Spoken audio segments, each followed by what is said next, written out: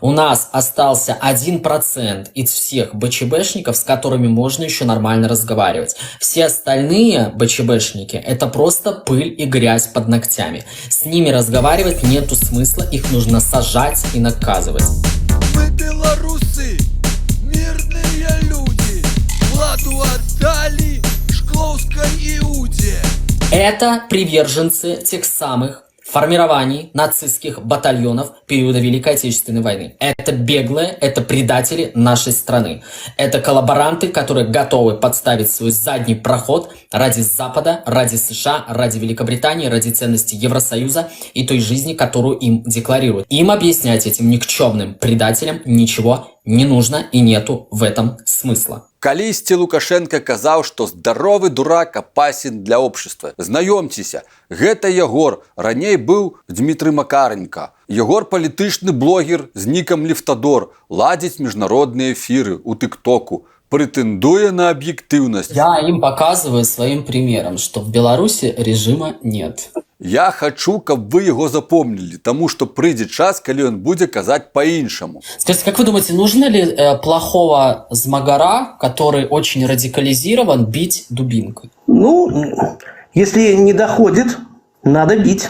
Мне так кажется. Егор, дык что, с такой нагоды и ябатик треба бить? В Беларуси никто никого не притесняет, не ущемляет в ваших правах, в вашем выборе, да? То есть я вот яркий пример этому. Ну, гэта да пары. Слухай, ты ж з Гомля, тады, можа, памятаеш, ведаеш блогера-дальнабойшчыка Евгена Котлярова, які так само, як ты, падтрымлівае рэжым, і які таксама казаў, што ніхто нікаго не прыцісняе. А зараз Евген, напэўна, не вылезае з ічу за свою грамадзянскую позицию. Просто у нас белорусы боятся делать свой гражданский долг, потому что у нас очень народ такой статичный, им почему-то кажется, что если они сделают замечание власти, местной власти, да, хотя местная власть это менеджер города, в первую очередь, а не тот, кто тебя, что-то тебе тут должен приказывать. Иди скажи администрации Гомельского гарвыканкама, что яны только менеджеры, нанятые на корысть народа.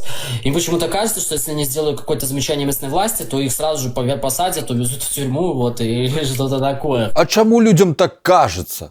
Можа, у іх ёсць на гэта нейкая причина? То, что выборы нелегитимны, вам это навязали, вам это внушили, вам так показалось, потому что вас всех подняли очень сильно, заставили вас поверить в то, что вот такая вот диктатура, такой режим Лукашенко выбран нечестно, и что абсолютное большинство это только вот БЧБшники из Магары. Я когда создавал то, что я создавал в 2020 году, мы очень явно увидели, что вас не большинство, как оказалось. Вас большинство в сети, вас большинство в Телеграме, потому что обычные нормальные люди, которых устраивает жизнь, они просто жили.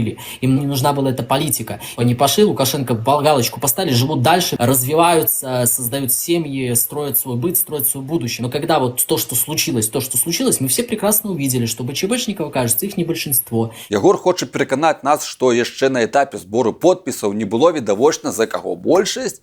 Я таксама, Лифтадор, магу аргументаваць, што вас, ябатек, заставілі паверыць у тое, што Лука выйграў. А як ты гэта праверыш? Дзе тыя бюлетні? Хто фальсификовал выборы? Неужели мы из Магары?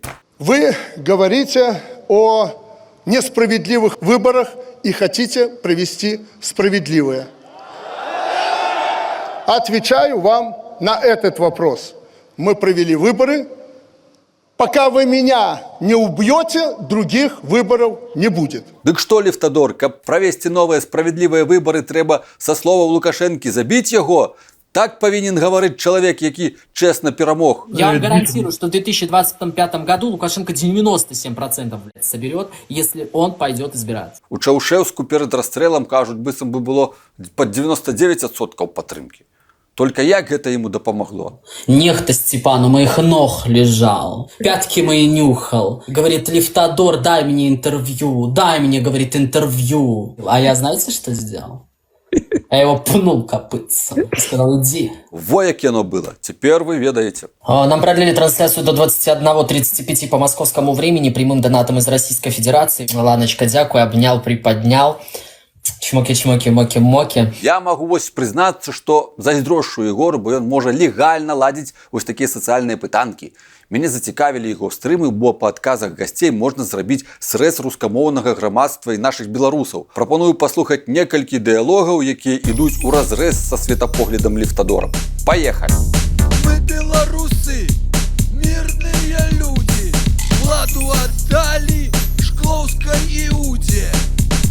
Викторию настроиться общаться культурно, дается 12 минут на тройку спикеров, эфир является Без политическим, проблем. народным. Виктория, ваше мнение, а как вы думаете, почему Путин начал СВО? Могу сказать, значит, я так понимаю, что после развала Советского Союза общество не могло принять развал Советского Союза, и как бы все стремилось к тому, чтобы воссоединить эти все 15 держав снова. Ну а Путин как бы услышал мнение народа и решил воссоединить, ну как бы сказать, воплотить это в жизнь. Ну со своей фанатичной какой-то там своими фанатичными желаниями. Ему нужно удержаться у власти обязательно, поэтому ему надо обязательно развязать какую-нибудь войну, потому что каждый раз, как он приходил к власти, он вечно начинал где-то войны. Поэтому его такая стратегия. За 20 лет его правления, сколько он там, 20, я уже сбилась, они уже провели 6 или 7 войн. Поэтому, ну, я так думаю, что эта страна без войны уже не может просто. И народ тоже, кстати, общество так же само. Хочет ли народ переговоров? Какой, украинский? Да. Я думаю, нет. Почему нет? Объясню почему. Просто с каждым разом прилетания ракеты, если россияне думают о том, что они нас как-то вынудят на переговоры, то они очень ошибаются. Они просто не знают украинцев. Украинцы сейчас как никто объединились и готовы давать отпор. Поэтому и все, что творится сейчас российская армия на территории Украины, это геноцид, это первое, и уничтожение просто украинского народа. Вот. И я думаю, что переговоров нет, потому что, я объясню почему, потому что Российская Федерация никогда не соблюдала все договоренности, которые она заключала с другими странами. Альфа, как вы думаете, почему Путин начал СВО? Ну, все началось просто не со СВО, а с 2014 года. Что началось в 2014 году? Захват Крыма. А что было до захвата Крыма? С Россией абсолютно ничего, все было хорошо. Расскажите о Харьковских соглашениях, пожалуйста. В смысле? Не знаю. А что там Скажите, а почему Крым забрали без военных действий? Без понятия, Дошли, забрали. я не политик. Скажите, почему Зеленский развязал эту войну? У меня такой информации нету. Зеленский не нападал на Россию, насколько я знаю. Почему украинцы преуменьшают жестокость нацистов и относятся более лояльно к действиям гитлеровской Германии в отношении украинского народа во время Великой Отечественной войны? Не буду отвечать на этот вопрос, не смогу. То есть такой факт? Не знаю. Как вы думаете, есть ли в Беларуси языковой конфликт и пытается ли кто-то создать этот языковой конфликт?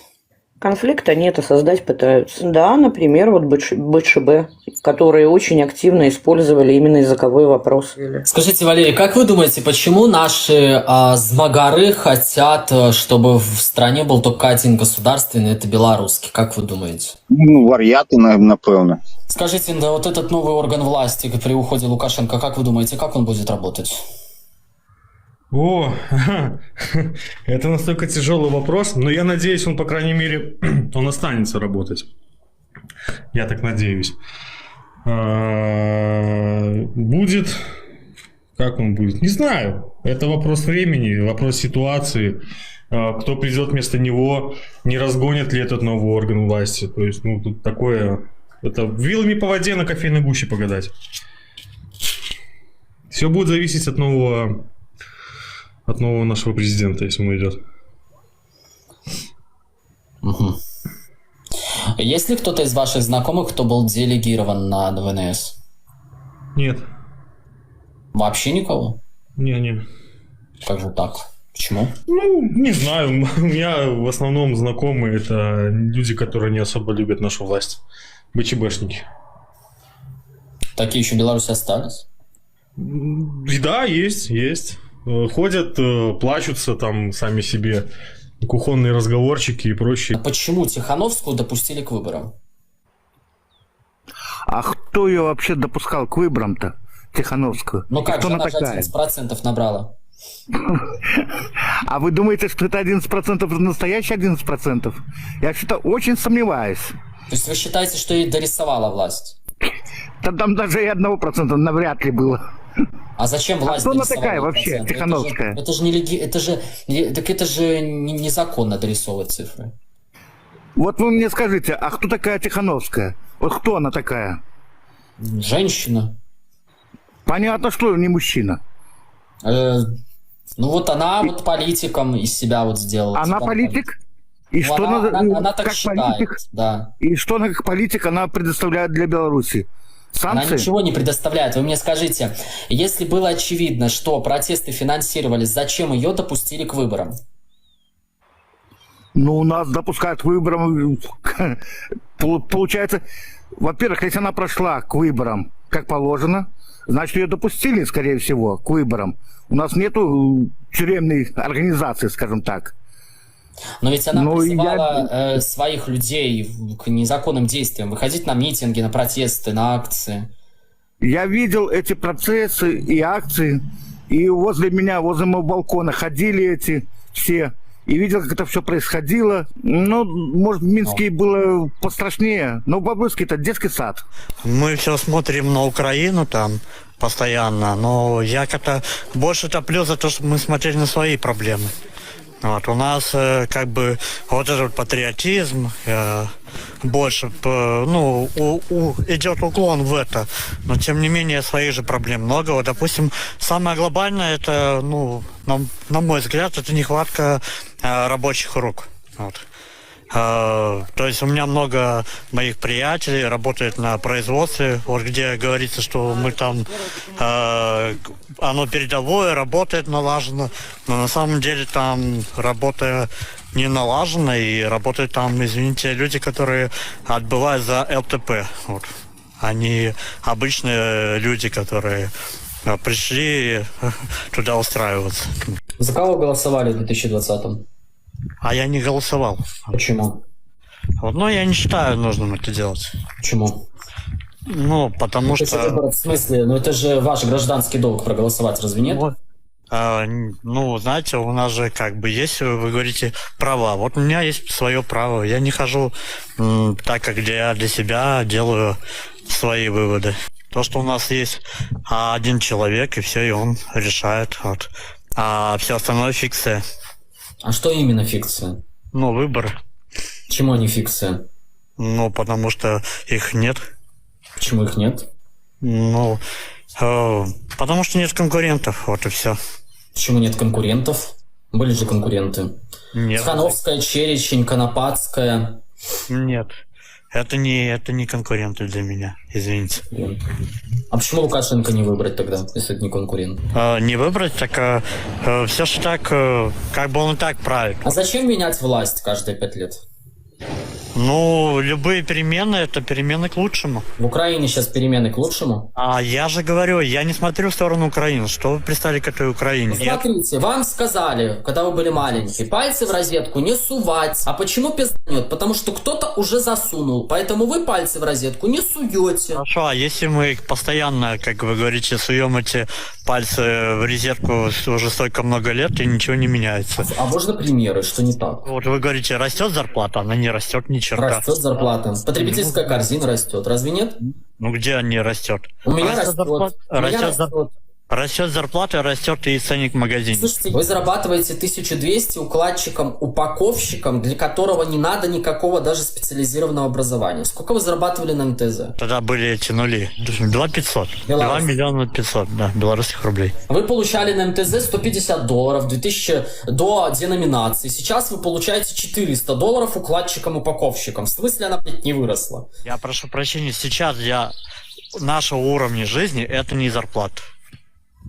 Если у вас имеется семья, а у вас есть семья? Если у вас имеется семья, у вас имеется жена. То есть вы считаете 1200, плюс там жена тоже где-нибудь в этом районе. Если есть свое жилье. А если нет своего жилья, как половина это, конечно, белорусов? Уже сложнее, Евгений, да. Ну, вот видите. Ну, грубо говоря, у вас на еду остается где-то 1500 в месяц, наверное, да?